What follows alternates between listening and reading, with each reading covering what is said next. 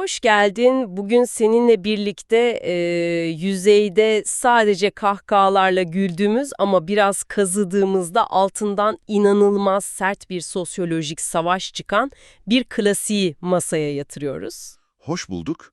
Aynen o insan doğasının karanlık dehlizleri ve muazzam bir sınıf çatışması var o filmin altında.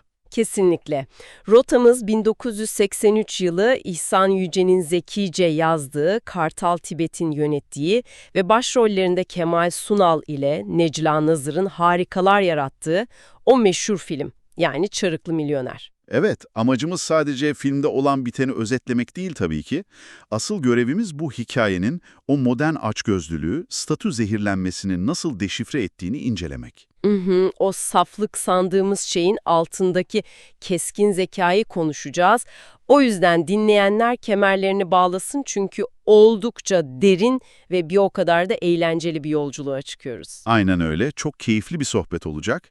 Hikayeye çok sıradan bir sabahtan dalış yapıyoruz zaten. Evet, ünlü iş insanı Hilmi Tok'un rutin bir günü. Adamcağız evinden çıkıyor, işe giderken kamyonla feci şekilde çarpışıyor. Hastanede ölüm kalım savaşı veriyor. Yani normalde ne beklersin o durumda? Gözü yaşlı, perişan bir aile değil mi? Ama hastane koridoruna bir gidiyoruz, bambaşka bir manzara. İnanılmaz bir manzara. Genç bir kız annesine dönüp aynen şunu söylüyor. Kuaföre gidecektik anne, ne işimiz var burada? Yok artık dedirtiyor insana. Annesi de kızı dürtüyor. Kızım üzülsene biraz diyor. O sahne sinemamızdaki en çarpıcı ve dürüst açılışlardan biridir bana göre. Çok doğru. Çünkü orada Hilmi Tok'u bir baba ya da bir insan olarak beklemiyorlar. Hilmi Tok orada devasa bir hazine sandığı. Aynen öyle. Koridordakiler de o sandığın şifresini, kırılmasını bekleyen akbabalar resmen. Diğer ailenin kızının saatinin kadranına bakıp saatlerdir bizi içeri almadıklarına göre herhalde işi tamam demesi var bir de. Ve annenin o kan donduran hadi hayırlısı cevabı. Yani düşün, bir anda can çekişen bir adam var, diğer yanda mirasın üzerine konmak için adeta birbirini ezen bir grup. Bu giriş bizi içine çekecekleri o zehirli dünyanın fragmanı aslında. Ama tabii bu akbabaların evdeki hesapları vasiyetname açıklandığında duvara fena çarpacak. Kesinlikle çarpacak. Avukat Hürrem'in o soğuk ve bürokratik tavrıyla aileyi toplayıp vasiyeti okuduğu an filmin asıl motorunu ateşliyor. O tek cümlelik vasiyet değil mi? Bütün menkul ve gayrimenkul malım mülküm Eskihisar kasabasında oturan oğlum Bayram Tok'a bırakıyorum. Hı hı. Bu cümle sadece bir miras devri değil, odadaki herkesin hayat gayesini bir anda çökerten bir bomba. Yıllarca kurdukları o parazit yaşam formu yerle bir oluyor. Odada kopan fırtınayı düşünsene. Sahte baygınlık geçirenler, bunca sene ölmesini bekledik köylünün biri gelsin üstüne otursun diye çığlık atanlar. Tam bir kaos. Avukat Hürrem'in o buz gibi tavrı da çok iyi. Ayılsanız da bayılsanız da sonuç değişmeyecek diyor. Evet, o tepkiyle bu gizemli mirasçıyı bulmak için köye Eskihisar'a doğru yola çıkıyor. Ve işte orada, İstanbul'un o kasvetli, entrika kokan yalı ortamından çıkıp son derece kaotik ama bir o kadar da filtresiz bir kasaba düğününe düşüyoruz. Bayram karakteriyle tanışma şeklimiz de bu zıtlığı harika kuruyor bence. Boynunda davulu, peşinde köyün çocuklarıyla dünyadan bir haber görünen bir adam. Kasabanın onun arkasından bu bayram biraz telelelli diye fısıldaşmaları çok kritik orada. O telelelli kelimesi ne anlama geliyor sence tam olarak o bağlamda? Yani delilikten ziyade dünyevi hırslardan arınmışlığı temsil ediyor. O sistemin tamamen dışında kalmış bir adam o. Aynen, tam o anda avukat Hürrem ve Osman kasabaya damlıyor zaten. Hürrem'in o üstenci, kravatlı kibriyle kendini tanıtması var. Ben babanızın umumi vekiliyim diyor. Bütün o hukuki ağırlığını bayramın üzerine yıkmaya çalışıyor aklı sıra. Ama Bayram'ın cevabı inanılmaz. Ben babamı tanımam ki, vekilini nereden tanıyayım diyor. Bu cevap bana her zaman şunu düşündürtüyor. Ne düşündürtüyor? Bayram aslında bir bilgisayar ağına sızmaya çalışan korsanlara karşı tamamen internetsiz, kapalı devre çalışan, hacklenemez bir sistem gibi. Adamda girecekleri bir port yok. Bak, bu analojin tam olarak durumu özetliyor. Çünkü Hürrem gibi adamların en büyük silahı karşılarındakinin statüye veya paraya duyduğu açlıktır. Yani dinleyicimiz de düşünsün, sana bir anda milyonlarca liralık bir imparatorluk kaldığı söylense ne yaparsın? O heyecanla muhtemelen sana uzatılan her belgeyi okumadan bile imzalayabilirsin. Aman para kaçmasın korkusu başlar. Evet ama bayramda bu korku sıfır. Adam belediye başkanının odasında malları sayarken sıkılıp yeter diye isyan ediyor. Miras istemiyorum, benim keyfim yerinde diyor adam. Onu zorla İstanbul'a götürüyorlar resmen. İstanbul'daki eve adım attığı an o akrabaların sahte gülücükleriyle başlayan bir karnaval var. Sağ tarafta 4. göbekten Cengiz ve ailesi, sol tarafta 5. göbekten Cemil ve ailesi. İki tarafında aklındaki tek sinsi plan kendi kızlarını bayrama yamayıp paranın kontrolünü ele geçirmek. Ama bence burada asıl tehlike akrabalar değil. Haklısın. Planların dışında bir de gerçek hayat var sokakta.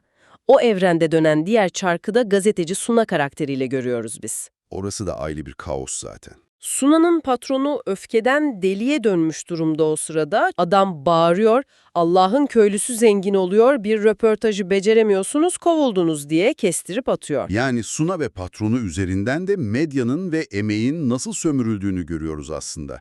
Patron sıcacık ofisinden sahadaki gerçeği okuyamıyor bile. Suna ise o acımasız şehir sisteminde hayatta kalmayı öğrenmiş yırtıcı biri. Hem de nasıl yırtıcı?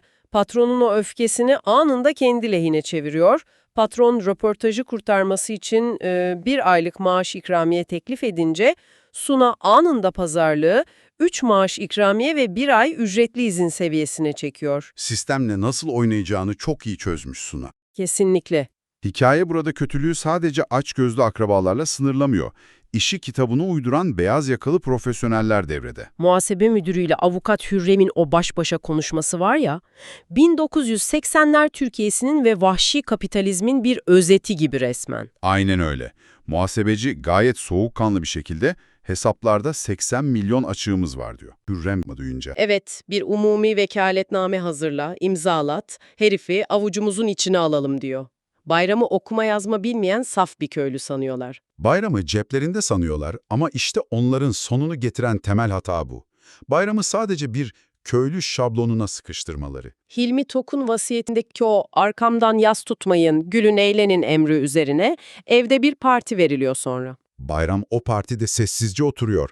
Dışarıdan bakıldığında kurtlar sofrasındaki bir kuzu gibi görünüyor. Ama aslında etrafındaki herkesin niyetini, kibrini ve zaaflarını tek tek analiz ediyor orada. O parti sahnesinde Bayram'ın yardımcısı Osman'a fısıldadığı bir cümle var ki, bütün o kalabalığın röntgenini çekiyor adam. Hangi cümleydi o? Yağcılık bunların kanlarına işlemiş. Bir vursam hepsinden aynı ses çıkacak diyor. Bu çok ama çok derin bir gözlem. Kesinlikle. Ve gecenin sonunda o bahsettiğimiz sinsi muhasebeci, sizi hiç yormayalım, işleri biz yürütelim diyerek vekaletnameyi uzatıyor. Evet, Bayram'ın o kağıdı usulca katlayıp iç cebine koyması harika. Adamın saf olmadığını ilk çaktırdığı an o. Sizin oyununuzu anladım ama kendi kurallarımla oynayacağım diyor resmen. Gündüzleri bu resmi evraklarla yapılan kuşatma başarısız olunca işler değişiyor. Aynen. Gece olduğunda akrabaların çok daha ilkel tuzakları devreye giriyor. Modern yöntemler işe yaramayınca kaba kuvvete dönüyorlar. Gece operasyonları tam bir fiyasko zaten. Önce 5. göbekten Cengiz'in kızı Nermin, güya uyur gezer taklidiyle Bayram'ın odasına dalıyor. Kollarını zombi gibi öne uzatıp giriyor bir de. Amaç sabaha karşı aynı yatakta basılıp evliliği garantilemek. 4. göbekten Jale de elinde bir bardak sütle Bayram'ın odasına sızmaya çalışıyor. Ne kadar ucuz numaralar değil mi? Hem de nasıl? Bayram tabii ikisini de anında kapı dışarı ediyor. Yakalılar yine saldırıya geçiyor. Muhasebeci içi para dolu bir çantayla gelip iplik fabrikası hasılatı diyerek imza koparmaya çalışıyor. Oradaki hamlesi de müthiş Bayram'ın. İmza falan atmıyor, gidip adamın elinden kasanın anahtarını alıveriyor. Sorunu kökünden çözüyor adam. Hürrem bakıyor ki ne kelime oyunları işe yarıyor ne de tatlı dil, peşine 2 tane dev gibi koruma takıyor. Ama Bayram o koruma çemberini de harika bir pratik zekayla aşıyor. Ben helaya gidiyorum, sizi de beklerim diyerek adamları tuvalete kilitliyor. Ve Bayram evden kaçtığı an hikayenin 2. katmanı açılıyor aslında. Dışarıdaki o devasa dünya. Evdeki akbabalar yetmezmiş ki, dışarıda da amansız medya patronlarının dünyası var. Suna'nın Bayram'a yaklaşma taktiği de çok farklı. Evet, akrabaların aksine evrak üzerinden değil, Bayram'ın en zayıf noktası olan merhamet üzerinden yürüyor, açım diyerek ona yanaşıyor. Ardından filmin o en unutulmaz, en kült sahnelerinden birine, lüks lokanta sahnesine geçiyoruz. Suna ve Bayram şık bir mekana giriyor. Önce bir sandalye kavgası kopuyor orada. Bayram arkasındaki adamın sandalyesini kendine çekince adam yere düşüyor. Olay büyürken Bayram gayet sakin, "Şuradan bir sandalye çek, benim sandalyemden ne istiyorsun?" diyor adamcağıza. Asıl kopuş ise yemek siparişinde yaşanıyor. Lüks restoranda menüye bakıp kuru fasulye, pilav ve yoğurt sipariş ediyor. Suna kibar kibar yemeye çalışırken Bayram dayanamıyor, "Ne öyle kibar kibar yiyorsun, bandıracan ekmeği." diyor. Yan masadaki o sosyetik grup da onlara bakıp fısıldaşıyor. Görgüsüzler diye laf atıyorlar. İşte burası filmin kalbinin attığı yer. O yan masadaki grup aslında yeni zenginleşmiş, kendi köklerini tamamen unutmuş bir kitle. Burada biraz itiraz edeceğim sana. Oraya bir girmek istiyorum. Tabii, buyur. Yani yan masadakiler kibirli, elitist olabilir. Buna katılıyorum. Ama sonuçta orası şık bir restoran. Bayram'ın gidip o yoğurt kasesini şırrak diye adamın suratına yapıştırması, fasulye tabaklarını havada uçurması sence de düpedüz fiziksel bir saldırı değil mi? Yani kaba bir hareket gibi duruyor, evet. Yani adam görgüsüz demekte biraz haklı değil mi kendi açısından? Bayram neden bu kadar şiddetli bir tepki veriyor sence? Çok güzel bir noktaya parmak bastın aslında. Yüzeyden bakarsam Bayram kaba davranıyor. Evet, oldukça kaba duruyor. Ama olayın derinine, o dönemin sosyolojisine inelim. Bayram durduk yere saldırmıyor o adama. Nasıl yani? Adam görgüsüzler deyince Bayram dönüp o can alıcı lafı söylüyor. "Senin anan baban da böyle yerdi." diyor. Aa evet doğru. İşte Bayram'ı çileden çıkaran şey adamın şık giyinmesi falan değil. Adamın kendi geçmişini, Anadolu köklerini inkar edip bir de üstüne aşağılaması. Anladım. Bayram o yoğurdu fırlatarak adama inkar ettiği kimliğini, o köylülüğü şiddetli bir şekilde hatırlatıyor. Bu kültürel bir hafıza kaybına karşı atılmış bir tokattır aslında. Vay canına, kültürel hafıza kaybına karşı atılmış bir tokat. Bu gerçekten müthiş bir bakış açısı. Aynen öyle. Sosyolojik bir patlama o an. Sonrasında zaten kaos çıkıyor. Bayram kıvrak bir hareketle "ben yapmadım, bu adam yaptı" diyerek suçu başkasına atıyor. Ve Sunay'ı alıp o kargaşanın içinden, tereyağından kıl çeker gibi sıyrılıyor adam. Tabii Bayram dışarıda bu sosyolojik savaşları verirken evdeki akrabalar çaresizlikten iyice zıvanadan çıkıyor. Artık planları tamamen grotesk, çizgi film kötülüğünde cinayet girişimlerine dönüşüyor. Evrakla çalamadılar, gece odasına sızıp evlenemediler. Varken bile kendi korkaklıkları yüzünden birbirlerini yiyorlar. Mesela o meşhur ruh planı. Cengiz, babasının ruhunu görürse kalpten gider diyerek korkudan öldürmeyi teklif ediyor. O sahnenin absürtlük seviyesi inanılmaz cidden. Üst üste çıkıp bir çarşafın altına giriyorlar. Altta Cengiz var, omuzlarında Cemil. Rahmetli Hilmi Tok'un ruhu kılığında gece Bayram'ın yanına giriyorlar. Ve ne diyor ruh?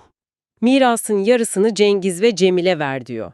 Bayram orada bile korkmuyor, analitik zekasını konuşturuyor hemen. Bu Cengiz'i gözüm tutmadı, mirası sadece Cemil'e versem diyerek o çarşafın içindeki ittifakı anında çatlatıyor. Üstteki Cemil ver derken alttaki Cengiz hayır Cengiz'e de ver diye çırpınmaya başlıyor. Dengelerini kaybedip merdivenlerden yuvarlanıyorlar. Ve Cemil ağır yaralanıyor. Bu kendi kazdıkları kuyuya düşme teması, filmin geri kalanındaki tüm tuzakların da dinamiği aslında. Kesinlikle. Çünkü bu akbabalar zeki değiller. Sadece sinsi ve benciller. Çıkarları söz konusu olduğunda en ufak manipülasyonda birbirlerine düşüyorlar hemen. Cemil yaralıca duruyorlar mı peki? Hayır. Bu sefer de piknik yapma bahanesiyle de uçurum kenarına getiriyorlar. Plan basit, akıllarınca. Cengiz arkadan gelip Ama Bayram'ın radarları hep açık. Cengiz büyük bir hızla koşup gelirken Bayram son saniyede bir adım yana çekiliyor. Cengiz hızını alamayıp uçuruma yuvarlanıyor. Hemen ardından gelen Av Partisi planı aynı kaderi paylaşıyor. Orada da kazara vurmayı planlıyorlar Bayram'ı. Ormanda herkes etrafa dağılıyor, Bayram durumu fark edip bir karga sesi çıkararak yere eğiliyor. Ve çalılıkların arkasından ateş eden akrabalar yine kendi kendilerini vuruyorlar. Bu sahneler kötülüğün cehaletle birleştiğinde nasıl kendi kendini imha ettiğinin en eğlenceli kanıtları bence. Bir de işin finansal dolandırıcılık kısmı var ki orada beyaz yakalı Hürrem son kozunu oynuyor. Ah evet, Yeşiltepe Spor Kulübü olayı. Hilmi Tok zamanında oranın fahri başkanıymış. Hürrem Yugoslav bir kaleci transfer edeceğiz, acil para lazım diyerek Bayram'ı çarpmaya çalışıyor. Dinleyicilerimiz düşünsün. Futbol endüstrisindeki bu tür hayali transferleri, menajer oyunlarını bugün bile görmüyor muyuz? Fazlasıyla görüyoruz hem de. Hürrem Bayram'ın futboldan anlamayacağını, o prestijin peşinden koşup parayı hemen vereceğini düşünüyor. Ama Bayram sunulan hiçbir veriyi doğrulamadan kabul etmeyen o sağlam şüpheciliğini devreye sokuyor yine. Veririm ama bir şartla. Gidip kaleciyi sahada izleyeceğim diyor. Gidiyorlar antrenmana, bir bakıyor ki Yugoslav kaleci dedikleri adam üstüne gelen topu bile tutamıyor, tam bir kova kaleci. Bayram sadece sokak zekasına sahip değil, futbolun matematiğini de anında çözüyor. Adamın kova olduğunu gördüğü an ne yapıyor? Kulübü sülük gibi emen bütün o işe yaramaz antrenörleri tek kalemde kovuyor. Yani sistemin açıklarını sadece kendi hayatında değil, girdiği her kurumda anında teşhis edip temizliyor adam. Aynen öyle. Bayram bu kadar keskin bir karakterken, zırhını çıkardığı ve gerçekten savunmasız kaldığı tek bir an var hikayede. O da Sunay'la kurduğu duygusal bağ, değil mi? Evet, bütün bu akbabalar sürüsünün içinde Sunay'ı güvenebileceği gerçek bir insan olarak kodluyor. Haklısın. Ona kalbini sonuna kadar açıyor. Beraber antrenman izliyorlar, meyhanede eğleniyorlar. Suna da aslında acımasız gazeteci kimliğinden yavaş yavaş sıyrılmaya başlıyor. Artık ona yalan söylemeyeceğim diyor kendi kendine. Hatta Bayram'ın o saf iyiliğini gördükçe vicdan azabı çekiyor kız. Düşünsene, parkta yürürken yırtık gömlekli, donmak üzere olan bir sarhoş görüyorlar. Bayram hiç düşünmeden ceketini çıkarıp adama giydiriyor. Adamın elindeki içki şişesini de alıyor. Bu hareket Bayram'ın o vahşi kapitalist akbaba dünyasına ait olmadığının en net kanıtı. Ve Suna da bunu çok net görüyor. Av partisinden sonra buluştuklarında Bayram ona içindeki o temiz aşkı açıklıyor. Ama Suna gerçeği itiraf etmeye fırsat bulamadan o patlama anı yaşanıyor işte. Çalıların arkasında gizlenen kameraman deklanşöre basıyor. O flaşın patlaması aslında Bayram'ın masum dünyasının medyanın acımasız çarklarında paramparça olmasının sesidir bence. Ertesi gün manşet çıkıyor tabii. Çarıklı milyonerin esrarengiz sevgilisi diye. Bayram o gazeteyi gördüğünde Suna'nın suratına fırlatıyor. O hayal kırıklığı, ihanet hissi inanılmaz. Üstünü başını yırtarcasına soyunuyor, boynuna davulunu asıp deliler gibi çalmaya başlıyor. Sana şunu sormak istiyorum burada. Bayram gibi bütün tuzakları zekasıyla savuşturan, dirayetli bir adam neden bir gazete manşetiyle bir anda bu kadar pes ediyor? Neden sence? Yani delilik noktasına gelmesi biraz ani değil mi? Çok yerinde bir soru. Çünkü Bayram o güne kadar sadece düşmanlarıyla savaştı. Akrabaların veya avukatın ona zarar vermek istemesi onu şaşırtmıyor. Onların doğası bu diyor yani. Aynen bunu biliyor zaten. Ama Suna farklıydı. Suna onun için bir düşman değil, sığınağıydı. Düşmanının sana saldırması seni delirtmez, gardını alırsın. Ama inandığın tek insanın, sığındığın limanın seni paramparça eden sistemin bir parçası olduğunu anlamak insanı yıkar. Gerçeklikle bağını koparır adamın diyorsun. Evet, Bayram'ın o davulu çalması bir cinnet değil, bu ikiyüzlü dünyaya karşı atılmış sessiz bir çığlıktır aslında. Ve tabii ki bu patlama evdeki o akbabaların tam da köşede ellerini ovuşturarak beklediği fırsat oluyor. Onu yaka paça hiçbir hukuki dayanağı olmadan tımarhaneye kapatıyorlar. Üstüne deli yaftasını yapıştırıyorlar. Çünkü dürüst ve manipüle edilemeyen bir adamı sistemden tasfiye etmenin en kolay yolu onu toplumun gözünde deli ilan etmektir. Sonrasında o meşhur mahkeme sahnesi kuruluyor zaten. Mahkeme salonu değil, resmen bir ikiyüzlülük panayırı orası. Mahkeme salonundaki o ifadeler çıldırttı beni. Psikolojideki yansıtma, yani projeksiyon savunma mekanizmasının kusursuz bir örneğidir o sahne. Herkes kendi işlediği suçu getirip Bayram'ın üzerine yıkıyor, değil mi? Meyhaneci çıkıyor, dansözü görünce çengi gibi oynadı diyor mesela. Akraba kızları Nermin ve Jale, kendi yatak odası baskınlarını utanmadan tersine çeviriyorlar. Bize saldırdı diyorlar. Cemil'in karısı, ava gittik bizi öldürmeye kalktı diyor. Cengiz kalkıp beni uçurumdan attı iftirasını atıyor. Lokantacısı, bekçisi, herkes bir ağızdan tek bir masum adamı linç ediyor orada. Bayram orada öylece duruyor, susuyor. Neden susuyor biliyor musun? Çünkü o kadar kirli bir yalanın içinde savunma yapmayı bile kendi onuruna yediremiyor. Tam o umutsuzluk anında, adaletin kör olduğu o noktada Suna devreye giriyor. Ayağa kalkıp konuş diye bağırıyor. Bayram işte o zaman sessizliğini bozuyor. O inanılmaz analitik zekasıyla bütün o iftiraları tek tek kanıtlarla çürütüyor. Filmin asil bir tüyü şurada ortaya çıkıyor. Bayram kendisine en büyük ihaneti yapan Suna'yı bile affedecek o insani yüceliği gösteriyor. Kesinlikle. Köyden indim şehre veya Kapıcılar Kralı gibi filmlerde de sınıf atlama vardır. Ama buradaki köylü kurban konumunda kalmıyor. Şehirli kurnazları kendi oyunlarında mağlup ediyor resmen. Senin de fark edeceğin gibi bu film sadece bir güldürü değil, zenginliğin insanı nasıl çürüttüğüne dair muazzam bir manifesto bence. Kesinlikle öyle. Son derece derin katmanları olan, insan doğasına dair çok güçlü tespitler barındıran unutulmaz bir hikaye. Ufak bir hatırlatma yapalım. Artık videolarımız kademe kademe altyazılı hale geliyor. Yani videoda istediğiniz dilin altyazısını açıp videoyu o şekilde de izleyebilirsiniz. Evet, bir sürü dil seçeneği var artık. Azerbaycan Türkçesi, İngilizce, Almanca, İspanyolca, VB daha bir sürü seçeneğimiz vardır. Ayrıca bizim aktif ettiğimiz dillerimiz dışında otomatik çeviri özelliğiyle diğer diller de aktif. Çince, Endonezce, Yunanca gibi diller de var, onu da ekleyelim. Aynen. YouTube videosunda altyazı bölümünden istediğinizi seçebilirsiniz. Harika bir özellik oldu bu gerçekten. O zaman son sözlerimizle sizlere veda edelim. Ekran rehberini Facebook, YouTube, Instagram ve Twitter yani X platformlarından takip etmeyi, oralardan videolarımızı beğenmeyi ve yorumlarınızı eksik etmeyin. Yorumlarınız çok önemli bizim için. Evet, yorumlarınızda söz etmemizi istediğiniz yapımlar olursa da onlara da bakarız ve sıradaki rota olarak onları da belirleriz. Kapatmadan önce şunu da aklımızın bir köşesine yazalım diyorum. Tabii, nedir o? Bugün etrafımıza baktığımızda, lüks plazalarda veya modern ofislerde sırf aksanına veya gösterişten uzak duruşuna bakarak saf sandığımız ama zekasıyla bizi cebinden çıkaracak kaç çarıklı milyoner var dersiniz. Çok haklısın. Belki de asıl akbabalar sadece aynaya bakmayı unutanlardır. Dinleyicilerimiz bunu bir düşünsün bence. Müthiş bir son söz oldu. Başka bir içerikte görüşebilmek ümidiyle kendinize iyi bakın. Ekran Rehberi YouTube kanalından ayrılmayın. Esen kalın. Hoşça kalın. İyi günler.